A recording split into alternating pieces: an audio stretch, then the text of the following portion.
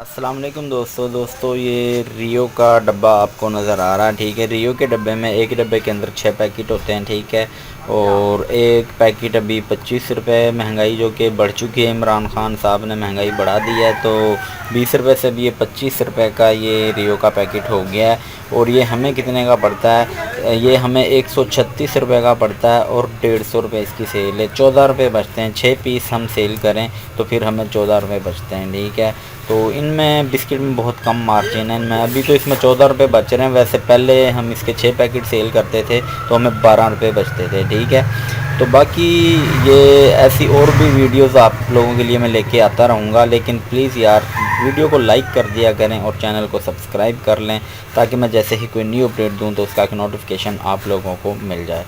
Thanks for watching. Allah Hafiz.